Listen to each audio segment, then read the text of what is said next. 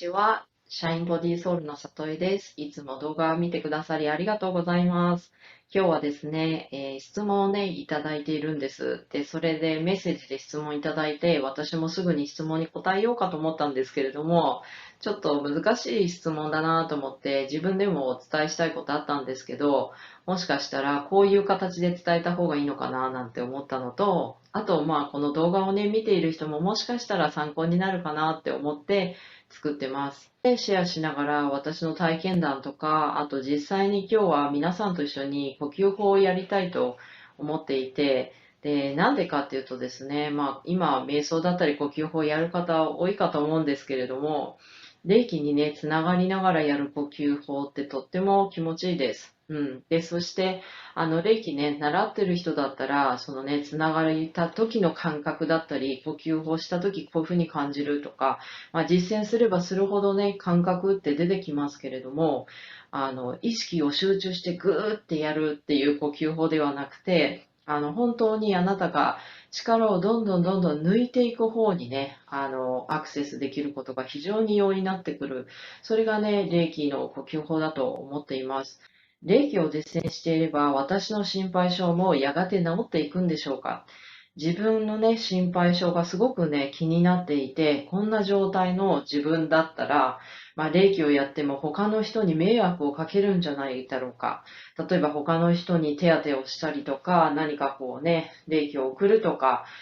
そういうことがしたくても、まずね、自分がそんな状態で、やるってことは、結局のとこ他人にもね、迷惑をかけてないですかっていうふうにね、そんな感じの質問です。すごくね、心地がいいなって感じるときと、なんかあんまり気分良くないってね、感じる。で、それは実際にそのね、お友達が喋ってる内容で気分が悪くなっちゃう。そういうこともね、喧嘩みたいですけれども、そういうこともあるかもしれないですけれども、あるいは外からの影響だったりとか、自分自身の体調とかね、いろいろあるんですけれども、でもこんな感じで私たちは目に見えなくてもいろんな影響を毎日受けてるって言えるんじゃないかなっていうふうに思うんですね。最初の頃は本当にあんまり自分のこと本当に無自覚っていう状態だったかと思います。で、霊気を習いたいっていう理由も、家族を助けてあげたいから、うん。で、私今もそういう生徒さんたくさん来るし、それはすごくね、な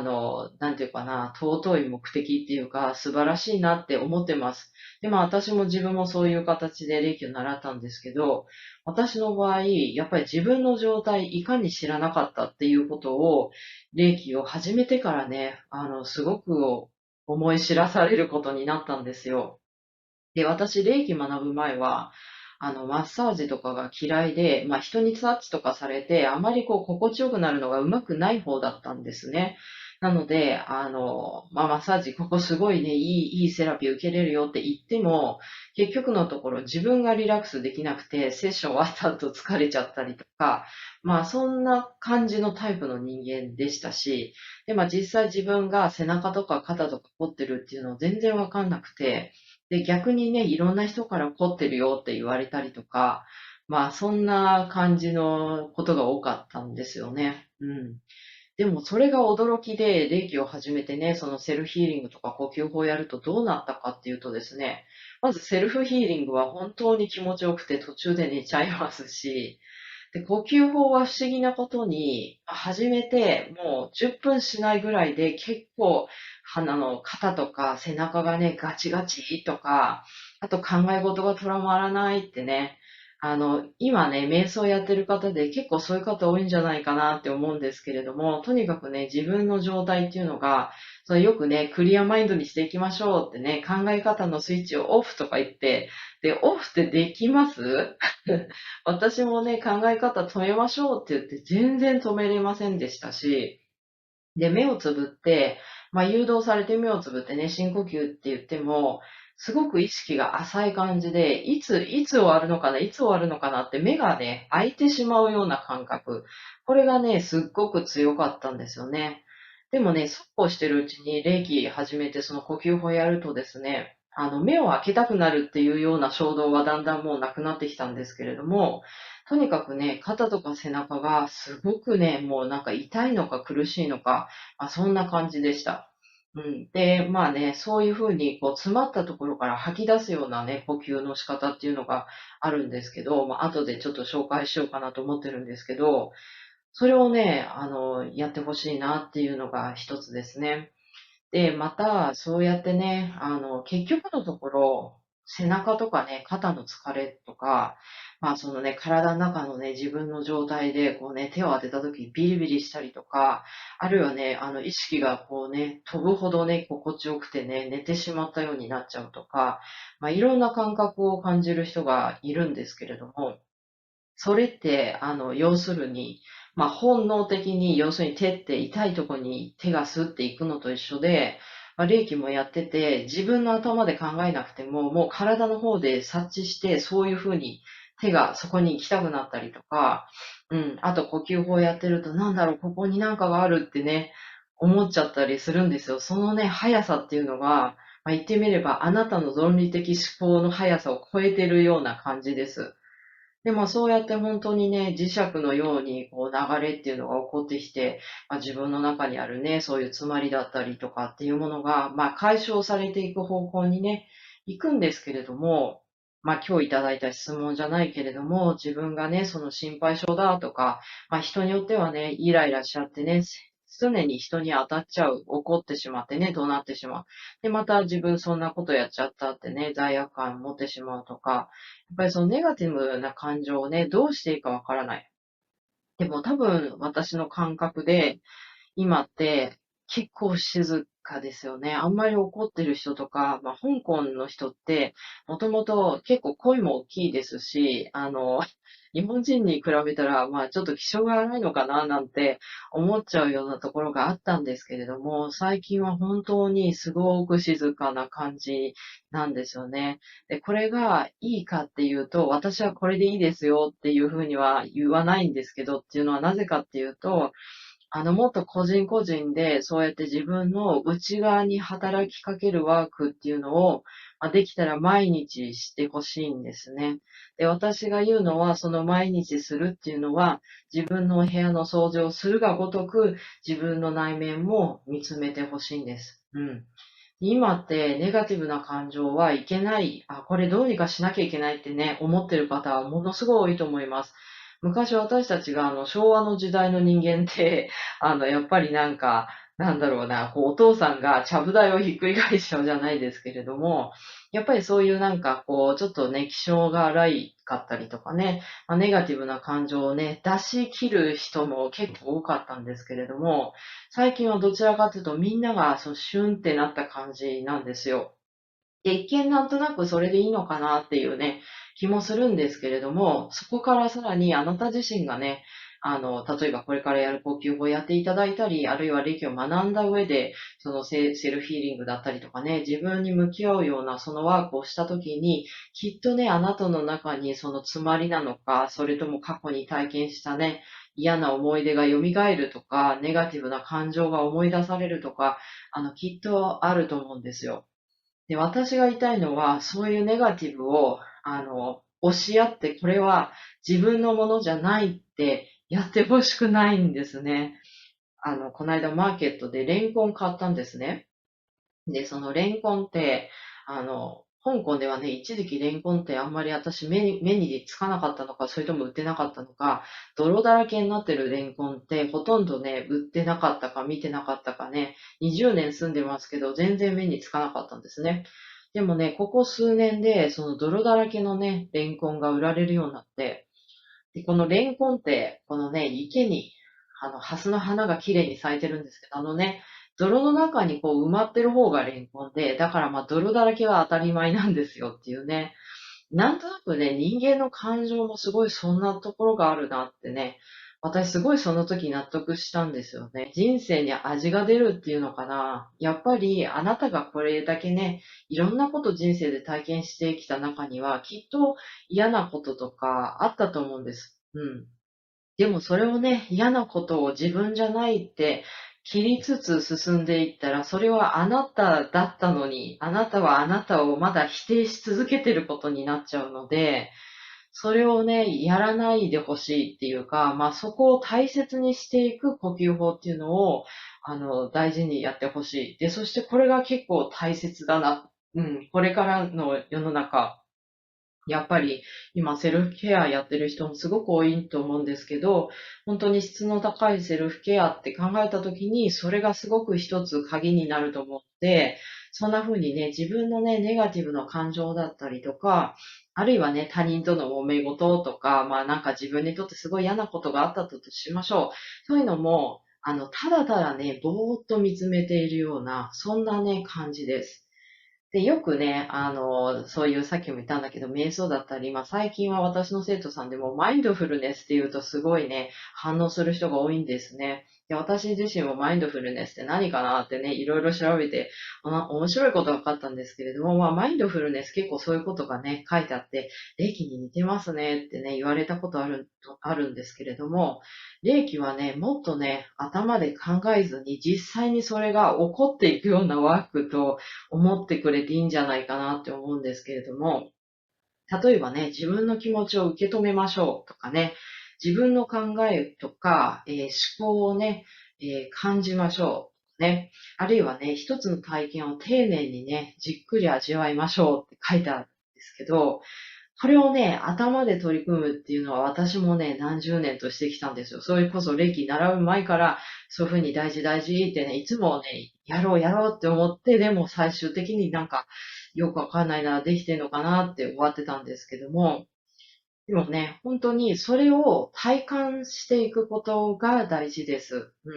頭でイメージ上でそれを自分の中で、こうやってこうやってっていうんではなく、もうイメージで言うと、こう入ってきたものをね、ただ流していくだけってね、そんな感じなんですよね。それを、言ってみれば自分の気の流れをね、感じるがごとく、あなたのね、詰まった気持ちとか、ネガティブな感情っていうものも、そんな風に流れていくよっていうのを観察していくような自分って、こういうのをね、作っていってくださったらな、なんていう風に思っています。なので、今日のね、質問の答えになったでしょうか。心配な自分ね、治ります。私も、全く心配しなくても、超今楽なんですよっていう自分ではないですけれども、でも私が言いたいのは、少なくても私は自分ってすごい心配性な自分がいるんだなって、まず気づいたっていう、まずそこの一つが、すごい良かったですね。それまでは自分でもわかんないっていうか、自分は心配な人間じゃないってやってたってことにね、気づいたっていうことが一つだったです。でもちょっとその段階をね、さらに上に行くと、今度ね、心配な自分が出ちゃってどうしようどうしよう、あたふたしちゃう人もね、いるかと思うんですけれども、そういうところもね、ぜひね、霊気の呼吸法だったり、セルフヒーリングをね、活用して、どんどんね、気をね、流していきましょう。この部分はね、頭でそうやってくださいではなくて、あなたの体感を高めるがごとく練習してほしいんですよ。スポーツとか、車の運転とかによく例えますけれども、やっぱりこうね、一つの動きをうまくしていくっていうために練習っていうのはあるかもしれないけど、でもその練習していく中であなたが培っているものっていうのは、ただただその競争に勝ちたいからだけじゃないってね、スポーツマンの人だったら多分わかると思うんですけれども、このね、辛い練習の中にもあなたが得たものとか、そういうところって目には見えないけれども何かがこうね、出来上がっていく感じ。こんなところを、礼儀のね、練習として、毎日続けていくっていうのが非常に大切だなっていうふうに思っています。では、これからね、呼吸法を始めていきたいと思うんですけれども、今日ね、やる呼吸法は、一番ね、初心者の方、瞑想とかね、ちょっとやってみたいけどどうかなっていう方や、あるいは他の呼吸法、瞑想とかいろいろやってるけどうまくつかめない方、初心者の方もね、対象としてやってます。もちろんね、もうベテランで、マスターレベルっていう方もぜひね、ご参加いただけて、一緒にやることで、本当にこのね、同じ場を共有すると、ものすごいいいエネルギーが流れるので、ぜひね、一緒にやってほしいんですけれども、ちょっとそんなことを想定しながらやっています。で、あと、スタートする前に注意してほしいのは、今ね、この見ている YouTube のあなた自身の環境なんですけれども、もしね、可能であれば、あまり騒音がないところでやることをお勧めします。もしかしたら、隣でね、誰かがずっと喋ってるとか、外にいますとかっていう場合だったら、できればイヤホンをつけるとか、あるいはね、お部屋で一人ね、静かな空間でっていう方が、絶対に、うまくいきやすいので、やっぱりどうしてもね、ちょっと音が聞こえたりとかすると、うまくいきにくいです。なので、ちょっとね、お部屋の環境をね、考えてみてください。で、今ね、座り方なんですけれども、この、お尻をですね、私椅子に座ってますが、もしね、正座とかあぐらって方もそれでもね、可能ですけれども、正直、背中とか肩ね、すぐ凝っててちょっとやりにくいって方は椅子をおすすめします。で、椅子に座ってお尻が真ん中で背もたれに今背中がついてない状態。そして足の裏がしっかり床にね、かかとまでついているようにしましょう。足は組まない状態です。で、肩を回してみてください。結構肩とか背中が凝ってたり痛かったりする方も多いので、今日この呼吸法でね、どんどんね、力を抜いていく練習をちょっとしようと思っていますので、今やった時に痛かったりちょっとやりにくい方もいらっしゃるかもしれないんですが、手をね、力を抜いて手のひら上を向けた状態で太ももに置きましょう。この状態になりましたら目をつぶります。はい、目をつぶったら、はい、自分の頭のてっぺん、背骨まっすぐ前骨まで。そして今度は合掌をして手を合わせましょう。胸の中でこれから霊気の呼吸法を始めますと唱えましょう。唱えましたら霊気につながっていきます。手を上げていきます。手の上げる位置は高くても下がっててもどっちでもいいです。自分の上げやすいその角度でね、大丈夫です。肩とか腕が痛い人ね、無理に高く上げずに自分のやりやすいところで手を上げてみてください。このね、霊気につながるっていう技法が霊気にはありますけれども、手を上げるとね、なんかね、ぼーっとしやすいっていうか、もしかすると慣れてない人はね、手を上げていると疲れちゃう方多いかと思うので、最初はね、ぐっと低くても大丈夫です。肘も曲げちゃいましょう。で、そして目をつぶります。目もつぶってるんですけれども、目をつぶった状態。はい。で、ここで自分が霊気につながっているイメージ。霊気エネルギーってね、古い日本語です、霊気。これ今は切ってそのまま言えばいいっていう感じなんですけども、香港だったり中国、地位とか自分のね、体内に霊気、エネルギーが循環してますよね。これがどこからやってくるんでしょうか。私たちはエネルギーを、吸収し続けているっていうのが正しい答えと思うんですけれども、一人で生きているように思ってても、実は私たちも常にね、エネルギーを取り込んでいくことで生きています。水を飲んだり、食べ物を食べたり、呼吸をしたり。気も目には見えないですけれども、私たちは食べ物からエネルギーをね、霊気をいただいてますし、水を飲むと水の中の霊気をいただいてますし、呼吸の空気も見えないですけれども、それも私たちの体内の気の一部になっていきます。こんな風にね、気って言われると目に見えないからどうやってって思っちゃうんですけれども、もっとね、自由なイメージで大丈夫です。このね、手を上げると手のところ、頭のところ、でも実は全身にね、霊気って届き続けています。今この霊気につながるの中で自分がまっすぐ霊気を受け取っているイメージをしましょう。もしかすると私たちは一日の中で霊気を受け取りやすいというような状態の時と、ちょっとエネルギーバランスが、崩れている時、あるかもしれないです。だから手を上げることで霊気をまっすぐ受け取るイメージです。霊気のね、アチューメント受けた方は目をつぶってね、イメージって言いますけど、慣れてくるとね、目をつぶって少し止まってね、じーっとしてるだけで何かね、すごくね、手の感覚だったり、目をつぶっててもね、目の前が明るくなってくる。今私もね、誘導してるので、動画見ながら一緒にやるとやりやすいと思うんですけれども、そういうね、感覚っていうのが出てきます。でね、もしかするとその感覚が微妙な感覚なので分かりにくいっていうのもね、最初よくありますが、イメージから入ると、そのね、暖かいね、光が、太陽のね、ような光が頭のとこ、手のところからタッチしてね、体の中にじわーっと入っていくような、そんな感覚。そう、背中の方も通っていきます。光が通って、そして腰。腰から最後、足の方へ、太ももから膝、そして足の裏まで光がスーッと流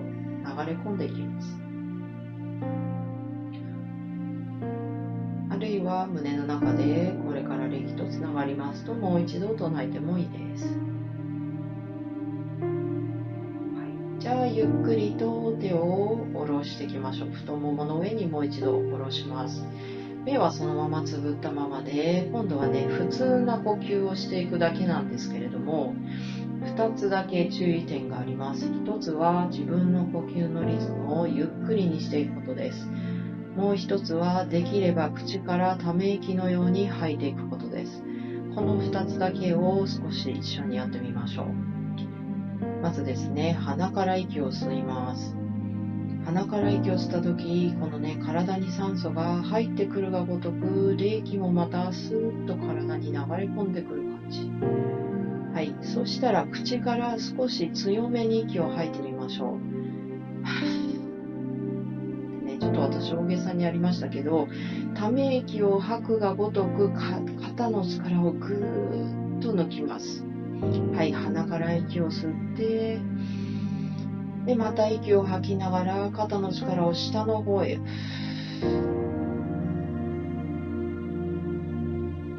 う一度鼻から息を吸って、そして息を吐くとき、力をぐーっとね、背中や肩の力、あるいは普段なんとなく緊張している箇所があれば、そこから息をね、吐き切る感じです。これをね、少しね、自分のリズムでいいので続けていきましょう。先ほども言ったように、普段の呼吸のリズム、この呼吸のリズムを少しゆっくりです。そしてどうしても呼吸がうまくいかない方、もしかすると吸う方ばっかりにね、意識を向けていると吐くのが非常に難しいです。水泳の時のように息をなるべく吐き切っていくような感じです。息を長く、あるいは強く吐き切っていくことで、吐き出したらもうこれ以上吐けないっていうところまでいったら、あとは自然に吸うだけで OK です。これをあなたの自分のペースで数回続けていきましょう。お腹のね、腹式呼吸とか丹田を使った呼吸がいいって言いますけれども、今ね、私たちがやっていることっていうのは、この呼吸を通して自分の体の中のお掃除のような感じ。この呼吸を通じながらね、自分の呼吸のリズムをゆっくりにしていくペースに、こうね、徐々にゆっくりの方向に行きますと、もしかしたら自分の中で普段は気にもしていないようなところに今気になっている方がいるかもしれないです。例えばね、考え事がこう出てきてね、なんか嫌な感じがしたりとか、あるいはね、胸が重くなってくる方、私みたいにね、肩や背中がね、こう硬い感じがする。こういう場合もそこから息を吐き切っていきましょう。でね、これだけ強い呼吸をすると結構体の中の内臓も上行ったり下行ったりするですね。それが感じられる方は結構調子がいいっていうか、やりやすい方に行ってるんですが、もしかしたら強く吐いたり吸ったりするのが気持ち悪かったり、あんまり心地よくないっていう方、もしかするといるかもしれないんで、そういう場合はね、どうすればいいかっていうと、鼻から息を吸った時にね、冷気の光がね、自分の体にスーッと入ってくるイメージ。そして詰まったところから光がふわーってね、タンポポの羽のようにその詰まりが外へね、広がっていってしまうような、そんな感覚、こんなイメージを使ってもいいです。イメージはしにくいなっていう方は呼吸のリズムから入りましょう。呼吸をなるべく強く吐き出していきます。そしてね、今あなたがもし何かね、特にね、体の中で気になるところ出てきたのであれば、それがね、あなたが知らず知らずのうちに毎日の中で押し込んでしまった感情、あるいは疲労感とか体のこりとか、そんなものです。そんなところをね、自分を優しくいたわってあげるかのように呼吸を続けていきましょう。でね、呼吸をこうやってね、吐き出して自分で、ここだなって思いながらも、呼吸だけに意識を置いてやってるとね、徐々にあなた自身の感覚っていうのが変わってきます。最初はね、なんとなくやりにくい呼吸が、もしかするとだんだん意識が遠のいていくような感じで、突然ね、寝てしまったかのようにどっかに行っちゃう人とか、あるいはね、こう私の話の声が途切れ途切れに聞こえる方ね、これもね、だんだんこうね、頭の中とかが軽やかになってきて、なんていうのかな、だんだんこう意識が遠のいていくような感覚がするんですけど、それは最初にあったね、その辛さとか、詰まり感とかね、そういうところからまたさらにね、次のステップに行った感じ。だんだん軽やかになって心地よいので、なんとなくね、こうふわーっと寝てるような感じ。力を抜いて自分の気をもっとね、自分の体が気をね、うまく取り入れて、そして気をね、ただね、こう流してあげる。冷気にこうね、自分の体の中を通してあげるような、そんな感じです。私たちがこううまくコントロールせずに、ただただね、体の力を抜いていって、そして呼吸もゆっくりで息を長く吐いていく方、この呼吸のリズムだけに意識を置いていれば、それだけでもパーフェクトです。もしね、自分の気になるところがあっても、そこをね、何とかしなければいけないとか、そういうふうに思わなくてもいいし、あるいは自分でここが悪いって思い込んでる場合あるんですよね。それもしなくていいです。呼吸に任せて、どんどんね、自分をクリアにしていきましょう。鼻から息を吸うと、冷気の光が自分の体の中にスーッと流れ込んできてね、全身がこうね、光の粒子が広がっていく感じ。そして息を吐くとね、タンポポの羽のように外にふわーっとね、四方八方に広がっていきます。はい、ではね、自分の呼吸のリズムであと2回続けていきましょう。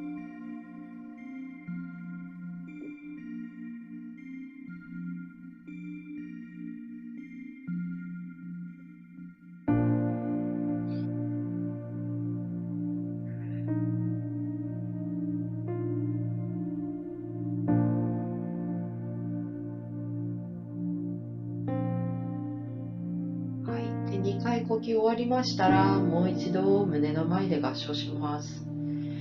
目をつぶったままで胸の中でこれで冷気の呼吸を終わります。ありがとうございましたと唱えましょう。唱えましたら、ゆっくりと目を開けておしまいです。ありがとうございました。はい、今いかがでしょうか？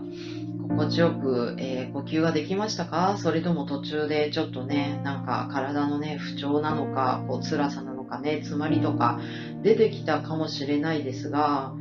これ全然ね、いいです。そんな自分ダメとか、ピュアなエネルギーを流してなきゃいけないとか、もうね、全部それね、大丈夫です。もっとね、軽やかになっていくっていうのは、流れをね、どんどん作っていくことなので、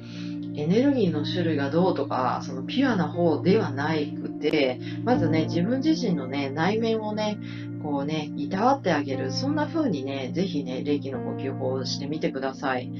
でね、もっとね、可愛がるって言ったら変ですけれども、本当にね、自分が自分に話しかけてあげるってね、私も毎回これ言っちゃうんですけど、非常に大切なワークだと思ってます。なので、本当に騙されたと思って、もしね、辛いことがあったりとか、ね、詰まってる自分が出てきた。それをね、結局のところ話しかけてあげて、そして励ましてあげるのは、あなた自身がまずできますよってね。それが霊気の呼吸法だって私は思っています。なのでね、ぜひね、こんな感じで、もしよかったらこの動画ね、また使っていただければって思いますけれども、ぜひ皆さんも今日からね、自分のエネルギーをお掃除、そしてもっとね、自分を励ましてあげて、そんなね、あなたになると、とってもね、輝かしくて、あなたの存在がね、そんなエネルギーなんか目に見えなくても輝いてる人っているじゃないですか。そんなね、感じにね、ぜひなってください。では今日も見てくださりありがとうございます。で、最後にね、概要欄にもいろんなね、クラスだったり、イベントの情報など貼っておくので、興味のある方は見てください。では、ありがとうございました。バイバーイ。